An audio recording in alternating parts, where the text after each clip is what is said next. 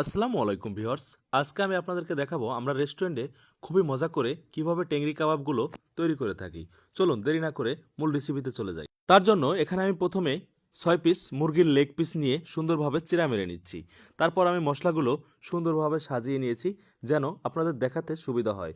তার জন্য প্রথমে এখানে আমি দিয়ে দিচ্ছি 3 টেবিল স্পুনের মতন আদা রসুন এবং একটা বড় সাইজের লেবুর অর্ধেকটা দিয়ে সুন্দরভাবে আমি চিকেনটার সাথে মিক্স করে নিচ্ছি। তারপর এখানে আমি প্রথমেই দিয়ে দিব প্রায় 3 টেবিল স্পুনের মতন কাজু বাদাম পেস্ট বা ব্লেন্ডার করে নিয়েছি। তারপর এখানে দিয়ে দিচ্ছি 3 টেবিল স্পুনের মতন টক দই। তারপর এখানে দিয়ে দিচ্ছি হাফ টি স্পুনেরও কম হচ্ছে বিট লবণ এবং হাফ টি স্পুন লবণ, হাফ টি স্পুনের মতন হোয়াইট পেপার, হাফ টি স্পুন চিনি। তারপর এখানে দিয়ে দিচ্ছি 1.5 টেবিল স্পুনের মতন মরিচের গুঁড়া। তারপর এখানে দিয়ে দিব হাফ টি স্পুনেরও কম এলাচ পাউডার। তারপর এখানে দিয়ে দিচ্ছি হাফ টি স্পুনের মতন ধনিয়ার গুঁড়া। তারপর দিয়ে দিব হচ্ছে হাফ টেবিল স্পুন বা হাফ টি স্পুন ধনিয়ার গুঁড়া। তারপর এখানে দিয়ে দিচ্ছি আমাদের আসল জাদুকারি মশলা, কাবাবের মশলা, মিক্স মশলা। তারপর এখানে দিয়ে দিচ্ছি একেবারে সামান্য পরিমাণ কস্তুরি মেথি। তারপর এখানে আমি দিয়ে দিব একেবারে অল্প পরিমাণ চাট মশলা সুন্দর একটা স্বাদ এবং ফ্লেভারের জন্য। তারপর দিয়ে দিচ্ছি সুন্দর একটা কালারের জন্য কাশ্মীরি মরিচ।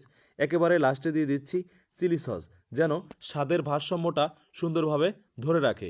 তারপর আমি এখানে সুন্দরভাবে দিয়ে দিচ্ছি প্রায় 4-5 টেবিল স্পুনের মতন সরিষার তেল। সরিষার তেলটা আপনারা অবশ্যই খাঁটি সরিষার তেলটা ব্যবহার করবেন। তারপর সুন্দরভাবে আমি কাবাবটাকে আস্তে আস্তে একেবারে আলতো হাতে মিক্স করে নিচ্ছি। আপনারাও সুন্দরভাবে আমার মতো করে আস্তে আস্তে মিক্স করে নেবেন। তারপর আমি কাবাবটাকে প্রায় 20 মিনিটের জন্য রেস্টে রেখে দেব, কেননা মাংসের ভিতরে যেন আমার প্রতিটা মশলা সুন্দরভাবে ঢুকে যায়। তারপর এখানে 20 মিনিট পরে আমি একটা একটা করে টেংরি কাবাবগুলোকে শিকের ভিতরে গেঁথে নিচ্ছি বা ভরে নিচ্ছি। আপনারা চাইলে ফ্রাই মেলে অথবা ওভেনেও করে নিতে পারেন। এই কাবাবটা টেস্টটা পারফেক্ট থাকবে, কিন্তু কয়লায় অথবা তান্দুরি চুলায় করলে খুবই মজা লাগে। তাই আমরা রেস্টুরেন্টে কয়লায় অথবা তান্দুরি চুলায় এই চিংড়ি কাবাবটা করে থাকি। তান্দুরি চুলায় অথবা ওভেন অথবা ফ্রাই মেলে দিয়ে প্রায় 10 থেকে 12 মিনিট সেকে নিলে হয়ে যাবে খুবই সুস্বাদু টেংরি কাবাবটা।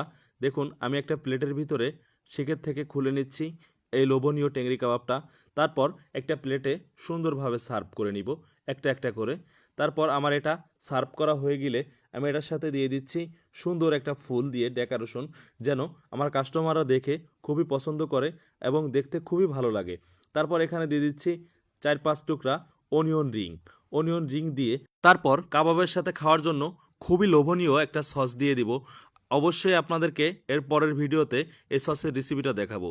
তারপর অনিয়ন রিংয়ের উপরে দিয়ে দিচ্ছি অল্প একটু কাশ্মীরি মরিচ। আসসালামু আলাইকুম ভিউয়ার্স, ভালো থাকবেন, সুস্থ থাকবেন। আমার ভিডিওটা ভালো লাগলে লাইক, কমেন্ট, শেয়ার করতে ভুলবেন না।